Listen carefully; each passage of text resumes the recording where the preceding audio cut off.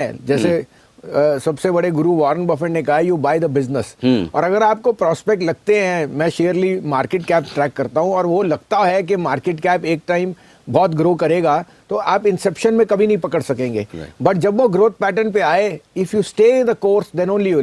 आपको पता है जनरली इन्वेस्टर क्या करते हैं, विनर्स को बेच देते हैं और लूजर्स को रखते हैं और बाद में रिग्रेट करते हैं कि उसमें से। तो जैसे मैंने कई बार आपके साथ टिप्पणी की है, हनीवेल की क्या स्टोरी थी या हैवेल्स की क्या स्टोरी थी, या कई ऐसे शेयर हैं जो हमने जिसमें निवेश किया और वो डिफॉल्ट से बनते रहे। मैं छोटा सा शेयर आपको बताता हूँ, जेके सीमेंट, जो आज जेके लक्ष्मी सीमेंट है, उसका नाम था स्ट्रॉ प्रोडक्ट्स। अच्छा। और वो 8 रुपए का भाव था और कोई पूछने वाला नहीं था, it was on the house.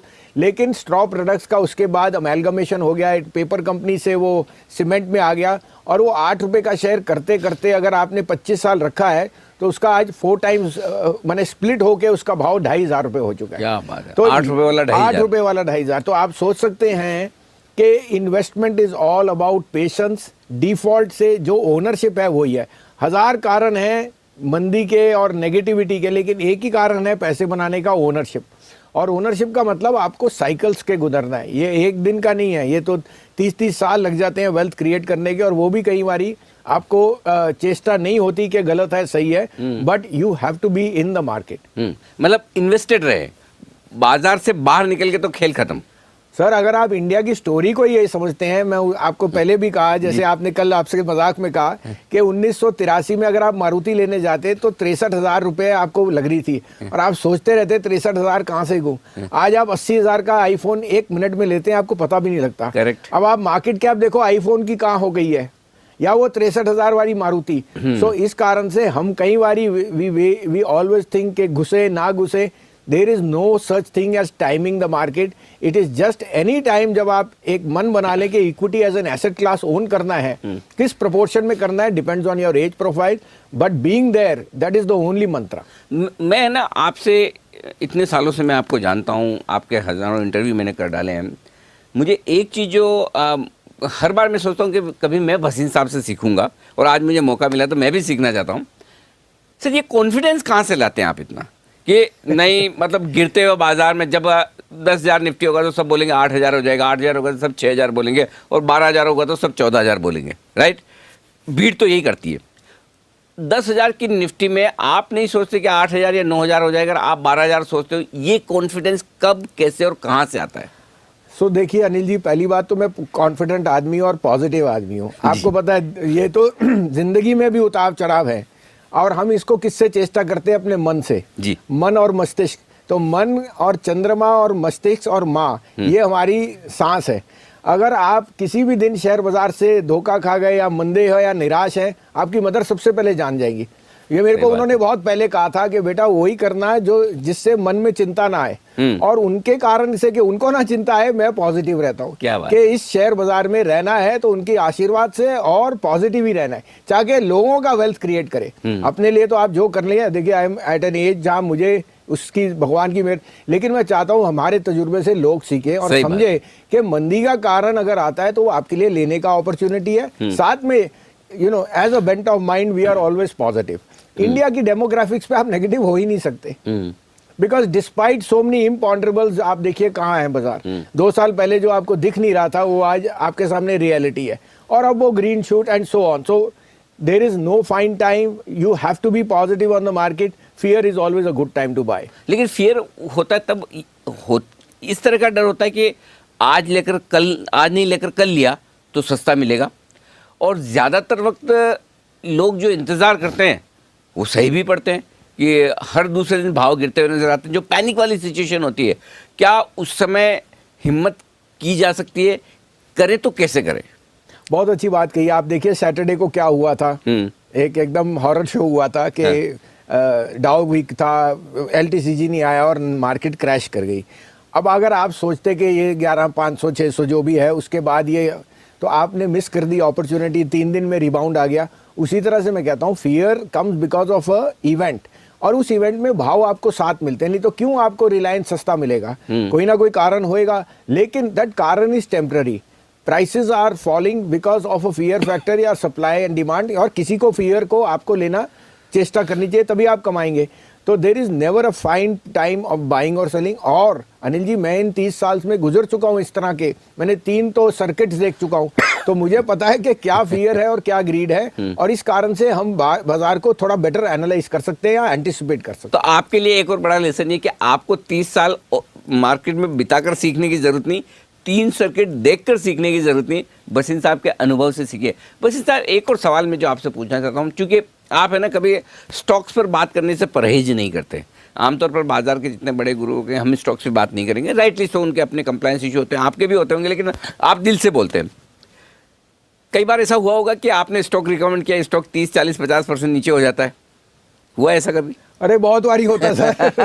हमारी रोज रात को नींद जाती है, क्योंकि 1000 विनर्स नहीं याद रखते, वो 10 गंदे शेयर। Exactly. और वो है सर, हम अपने आप को we are very humbly saying we are wrong, लेकिन दैट इज अ मार्केट। तो अब मैं वही जानना चाहता हूँ, अगर 30-40% कोई गिर गया स्टॉक, और वो हो सकता है, बड़ी बात नहीं, तब आप उस स्टॉक के बारे में क्या करते हैं? अगर 70-80% गिर गया तो आप क्या सोचते हैं? क्योंकि ये सवाल इसलिए पूछ रहा हूँ कि आमतौर पर हमारे जितने रिटेल इन्वेस्टर्स वो ये गलती करते हैं, या गलती करें या जो भी समझ लें कि लेकर बैठे हैं, ठीक है 100 में लिया था, अब 80 में क्या बेचूं, 60 आ गया तो बिल्कुल ही नहीं बेचूंगा, 20 में तो फिर बिकता ही नहीं है। तो ये जो है ना खराब शेयर को या गिरते हुए शेयर को रख लेने की जो आदत है, इससे कैसे छुटकारा पाए? बहुत अच्छी बात, और ये $1 मिलियन क्वेश्चन है। पहली बात, never average a losing stock. Okay, पहली बात, you are putting in good money after bad, ये मैंने प्रिंसिपल सीख लिया। मैं कभी अपनी लॉस, चाहे आपको कंपनी कितनी पसंद आ रही हो, बिल्कुल, अगर उसका भाव मेरे को फॉलिंग नाइफ दिखे और मुझे दिखता नहीं, समझ नहीं आ रहा क्यों घट रहा है, तो मेरी पहली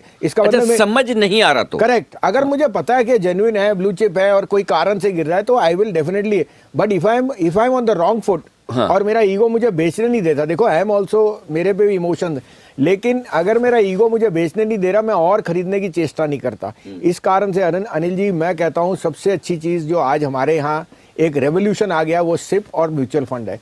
mutual fund managers are unemotional because they are managing your money, और वो लॉस काटना जानते हैं, उनको इमोशन नहीं है, क्योंकि उनको आपका परफॉर्मेंस देना है। वो चीज बेच सकते हैं, आप और मैं नहीं बेच सकते। इस कारण से द म्यूचुअल फंड रूट और the SIP route is the best long term investor for the passive investor. नहीं, लेकिन सर उसमें एक दिक्कत है, म्यूचुअल फंड में पैसा लगाएं, सिप में पैसा लगाएं, 5-15 साल के लिए भूल जाएं, पैसा तो बनता है, ये तो प्रूवन ट्रैक रिकॉर्ड है। आप मतलब बहुत घटिया से घटिया इन्वेस्टर हैं तब भी बना लेंगे, लेकिन है ना उसमें एक तो 2 प्रॉब्लम है, एक तो मज़ा नहीं आता मार्केट में खेलने का, और दूसरा ये कि जो पैसा स्टॉक में डाल के कई गुना हो सकता है, म्यूचुअल फंड में एवरेज रिटर्न्स मिलेंगे, एवरेज से बेहतर रिटर्न मिलेंगे। तो जिनको बहुत ज़्यादा पैसे बनाने हैं और जिनको ये लगता है कि मुझे भी तो एक सेटिस्फेक्शन होना चाहिए कि देखिए मैंने खरीदा है, मैंने स्टॉक ढूंढा है, मैंने इसमें बना है, तो ये जो दोनों इमोशंस है, इनको कैसे कंट्रोल करना है? तो वो इमोशंस तो प्योर एंड सिंपल है, उसके लिए आपको अपनी बैलेंस शीट ठीक पढ़नी है, आपने अपना रोड चेक्स करने हैं, सी व्हाट द प्रोडक्ट। उसके लिए आपको मैं सिंपली बताऊं अनिल जी, मैंने अगर कोई मल्टी बैगर बनाया है, it has been from the grass root level, कोई बैलेंस शीट पढ़ के नहीं बनाया। तो उदाहरण के लिए, अगर आपने पेज इंडस्ट्री 750 रुपये पे मैं था जब मैं डॉइचे बैंक में, और प्लेसमेंट हुई, यही एनालिसिस कर दे कि जॉकी एज अ ब्रांड कितना उसका ब्रांड वैल्यू होएगा। और आज की डेट में आप अपने बच्चों को जानते हैं, उनकी जो स्पेंडिंग पैटर्न्स है पर्सनल कंजम्पशन पे आर मच अबव जो आप कभी और मैं कभी कर सकते थे। तो वो बताता है कि जो ब्रांड एक वायबल है या दिखती है, उसके अगेंस्ट तो कोई मुकाबला नहीं है। ऐसे ही आपको मैंने बोला कि सनसिल्क शैम्पू लेडीज 10-20 रुपए बढ़ने के लिए अपना चेंज नहीं करेंगे, पर्सनल कंजम्पशन है। तो कभी कभी आप कॉमन सेंस से बहुत पैसा कमा सकते हैं। Similar is the case of, यदि आप लोग बाजार में ट्रेडिंग या निवेश करते हैं और अभी भी ब्रोकरेज के नाम पर अपनी हजारों रुपए बर्बाद कर रहे हैं, तो अब बदलिए और देश के सबसे अच्छे, बड़े और सबसे भरोसेमंद ब्रोकर जिरोधा के साथ जुड़िए, जहां पर आपका ब्रोकरेज कुछ भी नहीं लगेगा। ब्रोकरेज लगेगा तो सिर्फ इंट्राडे ट्रेड में, वह भी सिर्फ 20 रुपये। और दोस्तों, साथ ही आपको बता दूं कि यहाँ पर अकाउंट ओपन कराने के लिए आपको अपना POA यानी कि पावर ऑफ अटॉर्नी देने की कोई आवश्यकता नहीं है, जिसका उपयोग करके हाल ही में देश के एक बड़े ब्रोकर ने 2000 करोड़ का घोटाला किया।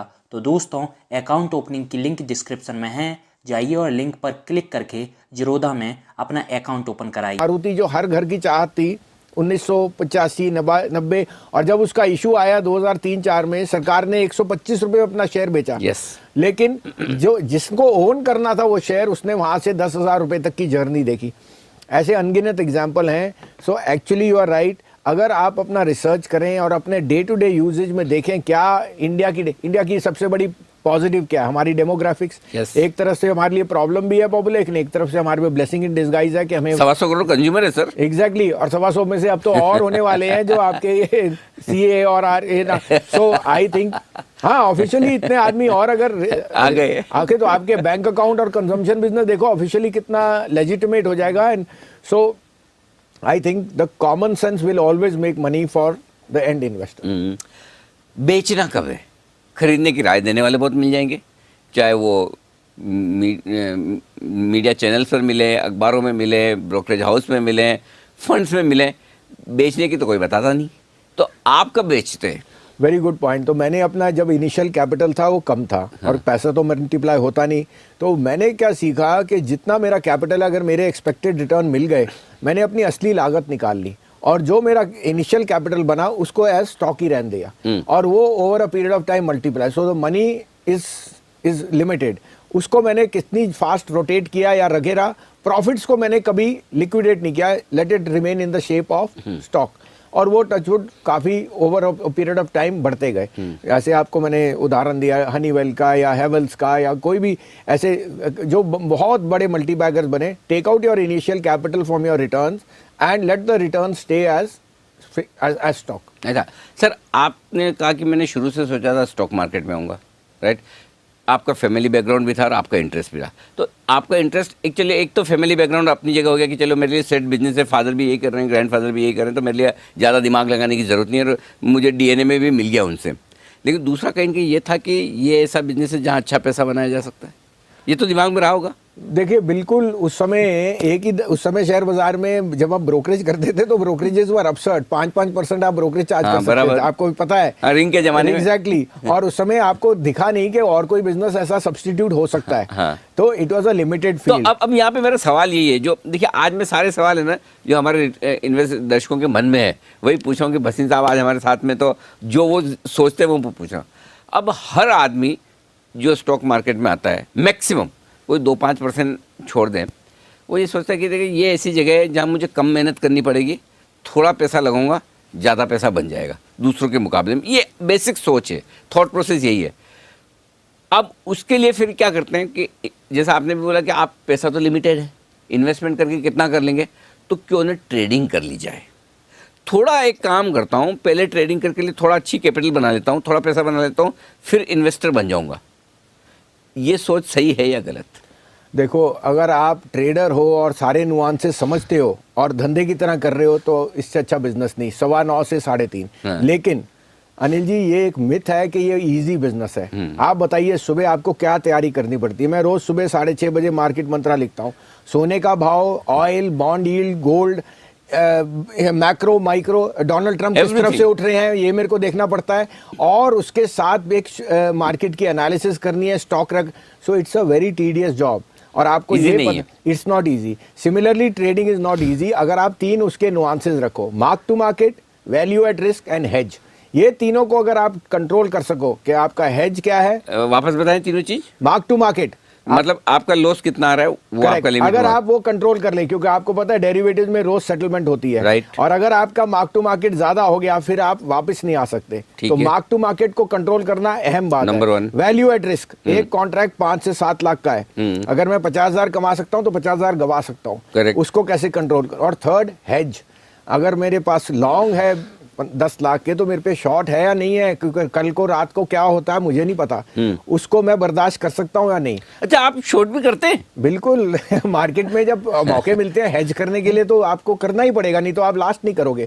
The volatility in the market will always see your stop losses are. ये आज नई बात मुझे आपके बारे में पता चली कि हेजिंग के लिए भले ऐसे शॉर्ट ना करते हो लेकिन हेजिंग के लिए आपको हेज करना है अनिल जी, नहीं तो आप कभी कमा के रख सके नहीं। आपका एक तरफ से मार्केट नहीं चलती, दोनों तरफ मार्केट में। क्या ये ऐसा पॉसिबल है कि ट्रेडिंग करके थोड़ी कैपिटल बना ली जाए और उसके बाद इन्वेस्टमेंट करें, या फिर एक बार अगर ट्रेडिंग करके थोड़ी कैपिटल, पहली बात तो ज़्यादा लोगों की बनती नहीं, उल्टा जाने के चांस ज़्यादा है, और अगर बन गई तो फिर वो लालच जाएगा नहीं, फिर सोचे कि फिर क्यों अब इन्वेस्टमेंट करूँ, ट्रेडिंग ही करते रहूँ, यहाँ पैसा बन रहा है। बिल्कुल, तो वो एक देखिए एक एड्रेनलिन रश है जब आपको वो दिखता है शेयर बाजार उतराव चढ़ाव, वो आपके सिस्टम में आ जाता है। हाँ। अगर आप वो टॉलरेट कर सकते हो, आपकी हेल्थ को हानि नहीं है, साथ में आप में डिसिप्लिन है, क्योंकि आपको पता है पैसा लिमिटेड है और आप हमेशा डाउट करोगे, लेकिन जब आपके स्टॉप लॉस या आपकी जेब कम हो गई तो आपको पता है कि you are in the wrong place. तो यू मस्ट बी, आपकी जो आपकी तृष्णा है वो एक तरह से it should be very very disciplined and you must be aware the market can be very cruel. तो the trader has to be aware, और साथ में मार्केट साइकोलॉजी समझनी चाहिए। Don't catch falling knife, sell weakness buy strength, ये old adages हैं। आप उसको फॉलो कर सकते हैं तो मुश्किल है। 50 वाला जेपी जब 40, 30, 20 हुआ, सबने लेने की चेष्टा की, जिसने बेच दिया, जिसको मंदी करनी आती है वो ट्रेडर है। जो सिर्फ तेजी करे वो ट्रेडर लास्ट नहीं करेगा, क्योंकि एक तरफ का बाजार नहीं चलता। जब वीकनेस है उसको पहले बेचना है। तो जैसे मैंने कहा, it has to be with your temperament, with your conviction and with your discipline. अब मैं एक चीज़ जानना चाहता हूँ, कोई शेयर भसीन साहब के पोर्टफोलियो में आएगा, खरीदा जाएगा, ये कब और कैसे होता है? भसीन साहब किसी शेयर को कब खरीदते हैं? वो खरीदने के पहले क्या देखते हैं? तो देखिए, पहली बात तो ये है कि एज एन एनालिस्ट या एज ए एडवाइजर जो हम करते हैं, मैं अपने पर्सनल पोर्टफोलियो में ट्रेड नहीं करता, बिल्कुल भी नहीं। जो मेरे पे पुराने पोर्टफोलियो है वो इन्वेस्टमेंट है। और आज जो हम इन्वेस्टमेंट की चेष्टा करते हैं वो एक मार्केट की डायनामिक्स के साथ है।